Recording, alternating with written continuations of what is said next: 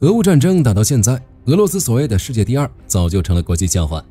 而在今天節目開始之前，火力軍必須先跟大夥說一個對烏軍十分不利的消息。一些烏克蘭將領聽了都感到非常沮喪，那就是烏克蘭最喜歡、最支持也最依賴的戰略合作夥伴俄羅斯陸軍中將蘇赫拉布·艾哈邁多夫，他又被免职了。對，你沒聽錯，又是他。這消息對烏克蘭前線的兄弟們來說簡直是驚天霹靂，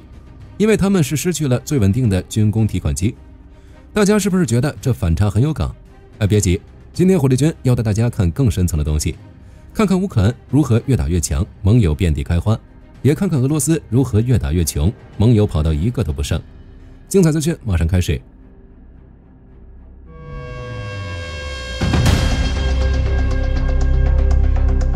我們先來詳細聊聊這位艾哈邁多夫中將。為什麼我說他被免職是對烏軍不利的消息？因為在紅軍村戰場，這位將軍簡直是烏軍的財神爺。就在這幾天，他在紅軍村北部的多布羅皮利亞突出部指揮了一場浩大的進攻。結果呢，他完美的展現了什麼叫做機械化集體送人头，什麼叫做災難性的失敗。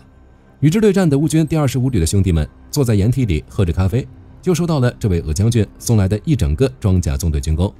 據悉，當時烏軍動用無人機群、多管火箭炮以及精確布雷，當場就摧毀了俄軍6輛坦克和14輛裝甲車。也是這種指揮水平讓俄國防部感到崩潰，於是趕緊下令把這位艾哈邁多夫中將給免職了。不知道大家是什麼感受？火力軍是第一時間在看到的消息下面留言：俄羅斯怎麼可以這樣對待這位最好的內應？算時間，艾哈邁多夫中將這一次重返戰場，竟然连1個月都沒撐到，就被迫下崗。或許大家不知道，這也是艾哈邁多夫中將第2次因重大損失而被免務。第一次是在2024年5月，因在克里米納附近創造過一個檢閱奇觀，被解除第20集團軍司令的職務。什麼檢閱奇觀呢？當時他強迫大批俄軍士兵在露天空地上排好隊，曬了整整2個小時的太陽，就為了等他訓話，來一場沒人想聽的勵志演講。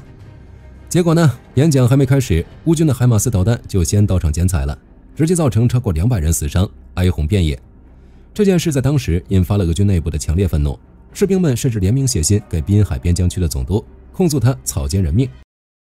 於是他第一次被解職了。但是各位觀眾老爺，精彩的來了，這位將軍的背景硬到連普京都要給幾分面子。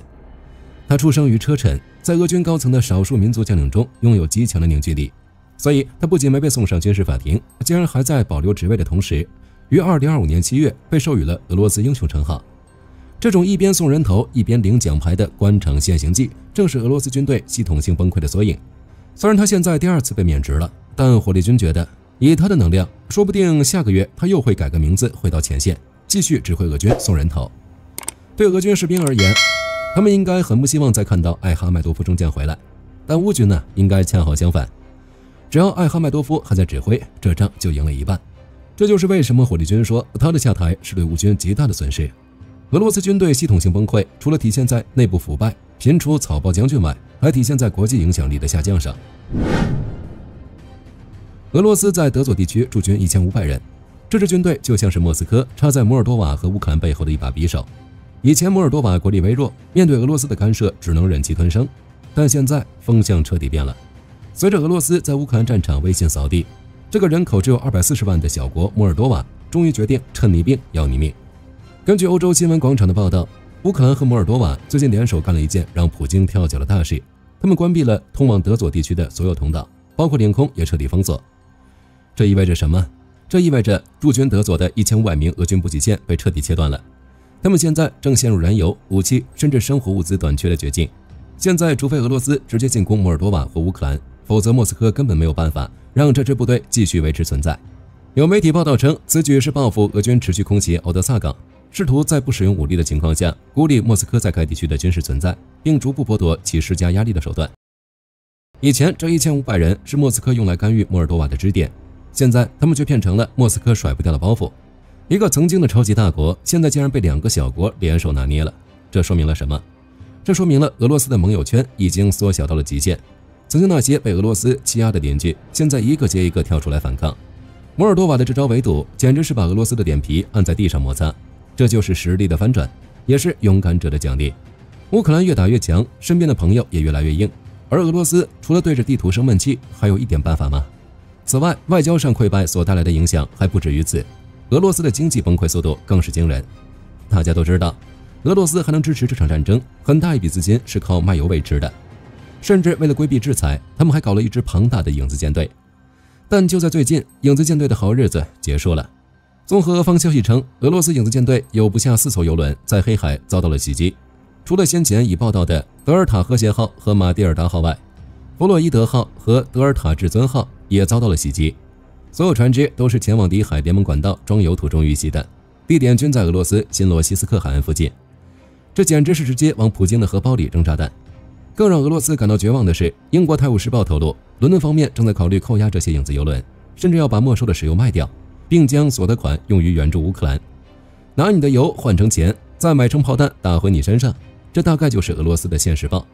而且據說首批目標已經確定，很可能是未來幾天那2艘途經英吉利海峽的俄油輪。另外，澤連斯基還與美國參議員林賽·格雷厄姆和理查德·布魯门薩爾通話，討論了包括針對俄羅斯的新制裁方案在內的諸多議題。雖然能否實施還是未知數，但澤連斯基稱，由於協調一致的制裁壓力，俄羅斯已經有至少 20% 的影子油輪停止了運營，導致俄羅斯石油收入減少300億美元。石油收入一年減少了300億美元，連大客戶印度都開始跟俄羅斯保持距離，轉頭去買委內瑞拉的油了。錢不夠用了怎麼辦？普京的團隊想出了一個絕招，割俄羅斯民眾的韭菜。1月14日，烏克蘭真理報援引烏克蘭對外情報局的報道稱，俄羅斯現在有7個地區，包括遠東、邊海邊疆區等，正在瘋狂推銷一種叫做人民債券的東西，以緩解地方債務危機。烏克蘭對外情報局指出，該投資產品被宣傳為安全且有吸引力，如固定收益、無市場波動、利率不低於銀行存款，甚至在某些情況下會高達每年16%到17%。大家聽聽這利息，年化竟然高達17%。火力軍在新加坡的朋友聽了都覺得這是在搞金融詐騙。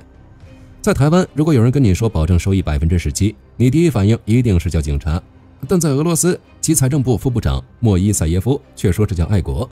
呼籲民眾把錢借給政府。大家用膝蓋想也知道，這根本是政府缺錢缺到快要跳票了。一個國家的信用利率要開到17%才能借到錢，這說明他們的金融體系已經處於心肌梗塞的邊緣。這不是在投資，這是拿老百姓的血汗錢去填前線那個無底洞。俄羅斯難道真想把自己最後一點鍋底也給燒光嗎？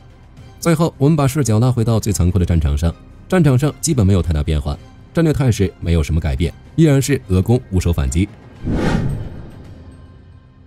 烏克蘭發射近100架無人機襲擊了俄羅斯多地、克里米亞和烏東地區。事後，烏總參謀部則證實稱，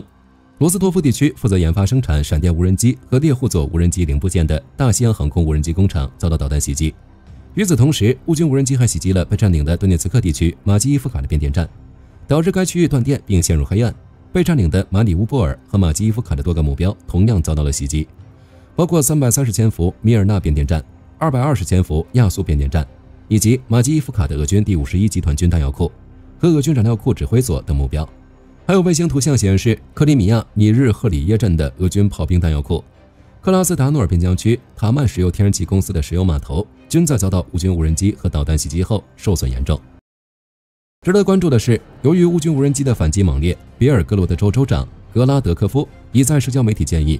當地居民前往其他地區或國家避難。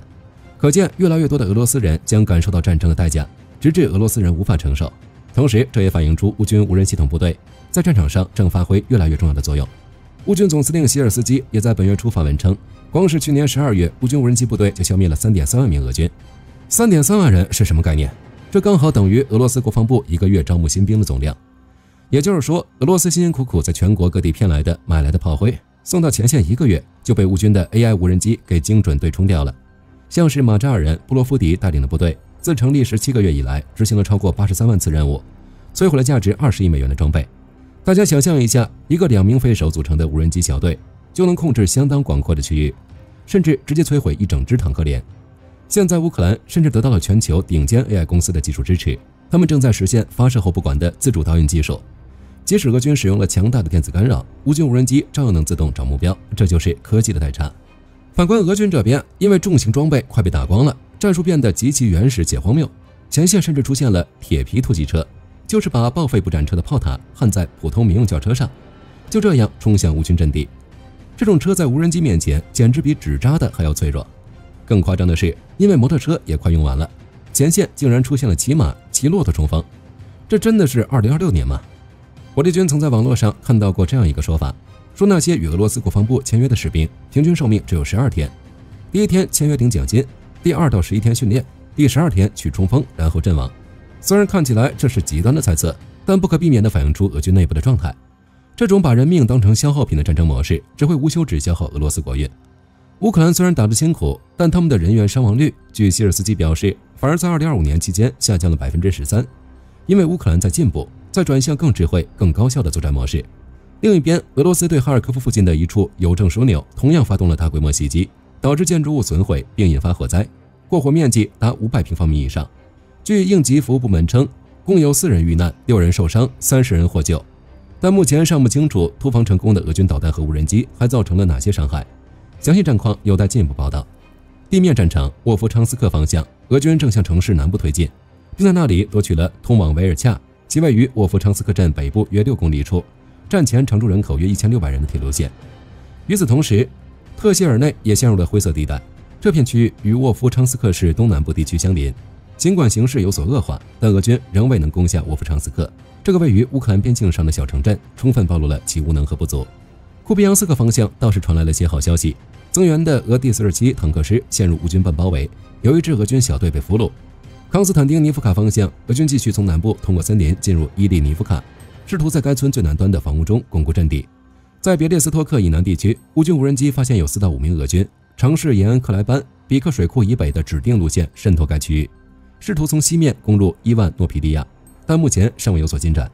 胡利亞伊波爾方向，過去48小時，俄軍利用惡劣的天氣條件，向位於胡利亞伊波爾方向的一個定居點發起進攻，但遭到烏軍225突擊團的阻擊，到目前為止還未能取得成功。戰爭即將進入第4個年頭，烏克蘭並沒有被拖垮，反而烏軍正在經歷一場脫胎換骨的改革。他們已經基本完成了向軍團指揮體系的全面轉型，目前已經組建了18個軍團，目標是達到20個，每個軍團下轄5到7個旅，總兵力高達3到5萬人。這不再是以前那種散兵游勇的打法，而是大規模、體系化、具備強大後勤和電子戰能力的鋼鐵拳頭。另外，烏克蘭軍團司令部現在擁有財務權和補充分配權，這種靈活的體系也讓烏軍在應對俄軍的人海戰術時更加游刃有餘。當然，最重要的是，美國和歐洲正在幫助烏克蘭跨入 AI 作戰時代。美軍已經完成了 F-16與 AI 自主控制無人機的協同作戰測試，甚至 AI 接管五角大樓指揮權。德國也公布了歐洲的 AI 僚機歐羅巴。這種無人機的成本只有傳統戰機的1/4，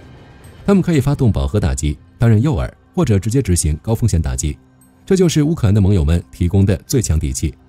當俄羅斯還在討論怎麼給50年前的坦克刷漆時，烏克蘭已經在研究怎麼用算法來統治戰場了。影片講到這裡，大家看清楚這場戰爭的走向了嗎？火力軍所看到的是一個勇敢無畏、科技進化的烏克蘭，他們不僅挺過了最艱難的時刻，還在不斷壯大自己的力量。而俄羅斯呢？火力軍所看到的是一個被草包中將拖累，不得不靠17%高利貸度日的政權。希爾斯基將軍說過，2025年俄羅斯試圖摧毀烏克蘭，但他們失敗了。2026年，烏克蘭將會用更強大的戰斧導彈、更智能的無人機以及更堅定的意志去告訴克里姆林宮，這場侵略戰爭唯一的終點就是侵略者的墳墓。好了，本期節目到這裡就結束了。大家對這位草包將軍艾哈邁多夫中將，你有什麼看法？或者是你覺得那17%的愛國高利貸真的會有人買嗎？歡迎在評論區留下你的看法，我們一起討論。如果你喜歡火力軍，記得訂閱、點讚、分享，你的支持就是火力軍的動力。我是火力軍，我們下期再見。